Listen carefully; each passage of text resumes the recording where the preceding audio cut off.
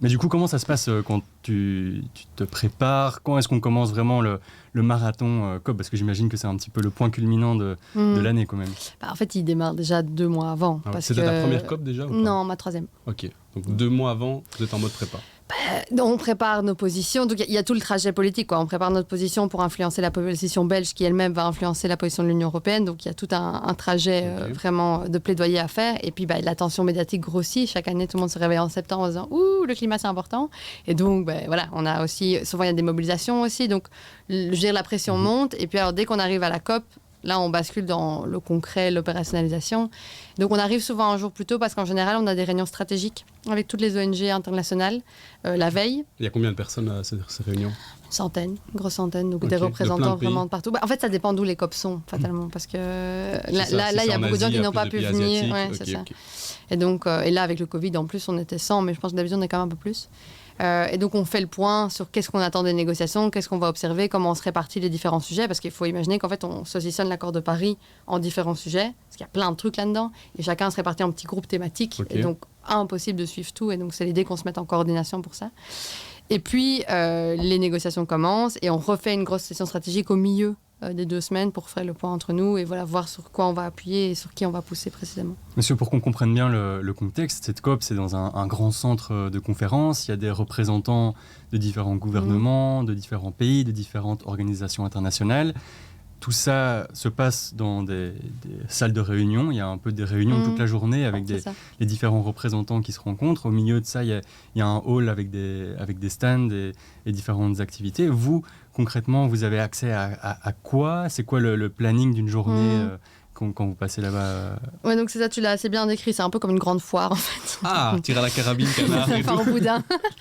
Non, mais plutôt une foire d'exposition où tu as effectivement énormément de stands. En fait, c'est des pavillons de pays. Et donc, plus le pays a envie de se mettre en avant, plus voilà, il met une infrastructure importante. Et donc, voilà, c'est toujours un peu la guerre au plus beau et plus gros pavillon.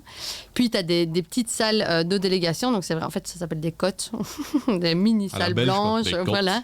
Donc, ça s'appelle Delegation Room sur le site. Mais en vrai, c'est le code belge, quoi, avec une petite table, des chaises, et c'est là qu'on fait les rendez-vous avec les ministres et tout ça, et tout le monde y a accès. Et puis, tu as des salles de négociation en tant que telles, donc des grandes tables avec un petit micro et tout ça. Et donc, ça, c'est réservé aux personnes qui ont un accès un peu aux négociateurs. Et donc, c'est marrant parce que tu reproduis un peu les classes sociales aussi au COP, donc tu as des couleurs de badges. Et donc, en fonction de ta couleur, tu as accès à certaines choses ou pas. Et donc, les badges roses sont les plus voulus parce que c'est les badges des négociateurs et des parties. C'est des ministres et les hauts dirigeants. Sauf que nous aussi, on en a un. Il y a eu un badge rose. On a essayé un badge rose. Ça pète un peu. Mais parce que c'est une particularité de la Belgique, donc il y a des choses qui se passent bien quand même. Les ONG et la société civile est inclus dans la délégation officielle. Donc on a le même badge que les négociateurs. T'avais le même badge qu'Alexander De Croo? Non, il a des petits stamps, des petits cachets en plus pour montrer que c'est le ministre. Il a des médailles ici. On fait quand même la distinction, mais on a la même couleur et donc théoriquement le même accès que lui dans les salles de négociation. C'est juste qu'il y a un peu un contrat tacite que si quelqu'un doit sortir de la salle, c'est nous. Ah oui. Donc il manque vu que nous on négocie pas fatalement. On dégage les 3 du fond là, c'est ça que vous dites. C'est ça. Donc ça voilà, c'est un accord qu'on a depuis de longues années avec les négociateurs et donc l'avantage de ça, c'est qu'on peut vraiment accéder à beaucoup plus de salles que la majorité des ONG qui ont un badge jaune, qui est donc le statut d'observateur et donc eux, si la salle est fermée, ils peuvent pas rentrer. Nous, on a le moyen de faire un peu les espions et de rentrer. Et donc on est super utile pour tout le monde. Oui. Qu'est-ce que tu as à nous raconter, une petite anecdote un peu croustillante? C'est quoi l'ambiance là-bas? Les gens, ils sont stressés, ils sont cool? Ça va toujours crescendo. Donc tu rentres dans une salle de négociation et donc au début, en fait, la première semaine, c'est super technique. Donc ça s'appelle la semaine technique et donc c'est vraiment que les négociateurs super pointus qui viennent discuter des points. Mais c'est tellement technique que personne ne s'énerve parce que c'est encore beaucoup trop loin des points bloquants. Et donc ils s'accordent sur des virgules sur des points. Donc là, tu peux observer ça. Mais quand on n'a que 2 semaines, c'est pas un peu frustrant de faire virgule? Il y a quand même une grosse préparation avant. Hein, oui.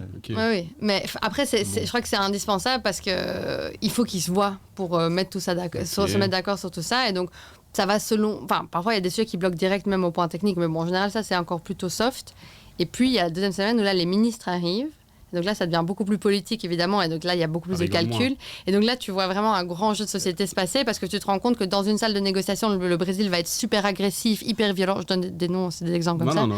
Et en fait, les vrais pays. Tu te rends compte que dans une autre salle, ils ont fait un accord avec la Chine et qu'ils sont en train d'être super doux avec l'ensemble des pays, de caresser l'Union européenne dans le sens du poil. Et en fait, c'est tout un jeu technique. Et donc, on est tous en réseau constamment sur Signal, sur WhatsApp pour essayer de comprendre ce qui se passe. Et donc, aller interpeller le bon pays au bon moment pour leur dire, en fait, on vous voit. On voit très bien ce que vous faites, il faut que vous plaidez dans ce sens-là et dans ce sens-là, quoi. Et donc c'est super drôle parce que du coup tu peux vraiment observer plein de trucs en même temps et plein de dynamiques aussi entre les différents pays. Et les pays se mettent souvent aussi en groupe de négociation. Donc ils choisissent ça. Ouais. Chaque pays peut choisir. C'est à l'avantage de tout le monde parce qu'ils se renforcent comme ça, quoi. Tu vois. Donc en fonction des sujets de négociation. C'est un stratégo, ce truc. Exactement. C'est un truc de ouf. En fonction des sujets de négociation et en fonction de la pression, parfois ils se mettent. Par exemple, tous les pays en développement vont se mettre sous le même drapeau, donc ça s'appelle le G77, et donc ils font tous bloc. Et parfois, ils sont complètement les uns dans les autres, ils se tirent dans les pattes, et donc ça dépend vraiment de la stratégie. Et chacun défend ses intérêts en fonction des dossiers, des thématiques qui sont traités. Dans le chat, il y a 5431 qui nous demande est-ce que c'est comme au Parlement, est-ce qu'ils s'écoutent parler ou est-ce qu'ils s'entendent parler? Je ne sais pas ce que tu voulais dire, 5431, si c'est plutôt le fait de faire des beaux discours ou est-ce qu'on ne s'écoute même pas entre nous? Est-ce que c'est du blablabla et au final tout le monde dit blablabla et puis ok, réunion terminée. Qu'est-ce qu'on en retient? Ça dépend des moments. En fait, t'as des négociations auxquelles j'ai accès, sont relativement publiques. Et en fait, il y a un moment aussi où quand ça coince trop, ils coupent la négociation et ils vont se réunir en petits groupes informels où là, c'est fermé. Et donc là, je pense que c'est là qu'ils discutent vraiment. Donc effectivement, moi, j'ai plus accès au blabla. Quoique, il y a des fois où tu sens quand même qu'on touche au fond. Mais en général, les vraies discussions se font quand les portes sont fermées et qu'il n'y a pas d'observateurs. Donc, je sais par mes sources qu'il y a plus de contenu, il y a des vrais débats. Par exemple, un exemple très clair, c'est donc le dernier jour, on était en plénière. Donc ça, c'est vraiment l'énorme salle avec tout, tu vois, les petits badges des pays. Et donc tout le monde avec son micro qui peut parler pour la fin. Tout d'un coup, ils ont tout arrêté et ils ont commencé à négocier devant nous, mais hors micro, quoi. Donc là, tu vois John Kerry, Franz Timmermans, donc États-Unis, Europe, avec la Chine qui discutaient. Et là, tu sais que c'est là que l'avenir du monde se joue vraiment. C'est là qu'il y a les vraies discussions. 4 gars en cravate. Et puis des cercles autour d'eux pour essayer d'entendre ce qu'ils disaient.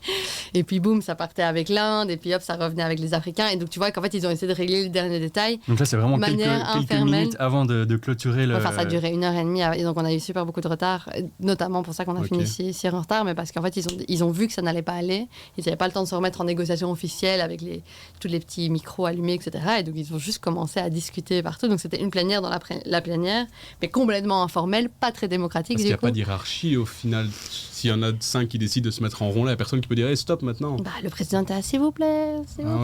Il n'a aucune influence. En même temps, quand il y a le représentant des États-Unis, de l'Europe et de la Chine qui se mettent à discuter à trois, c'est compliqué de les couper. Exact. Et puis il savait que c'était ça qu'il fallait.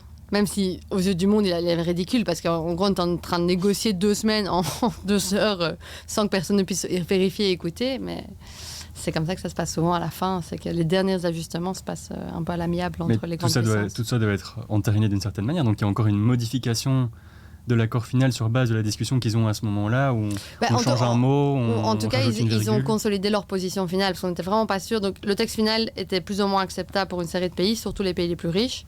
Et ils avaient très peur que les pays en développement ne l'acceptent pas. Et donc je pense qu'ils ont dû les convaincre en dernière minute et peut-être amender l'une ou l'autre chose ou promettre des trucs de manière informelle pour les années suivantes. Merci d'avoir regardé cette vidéo jusqu'au bout. C'était un extrait de La Base, votre émission d'actu en direct tous les vendredis sur la chaîne Twitch de LN24+. N'hésitez pas à liker cette vidéo et à vous abonner à notre chaîne YouTube pour ne rater aucun contenu. Vous pouvez aussi nous dire en commentaire les sujets que vous voudriez qu'on aborde dans nos prochains lives. À vendredi dans La Base.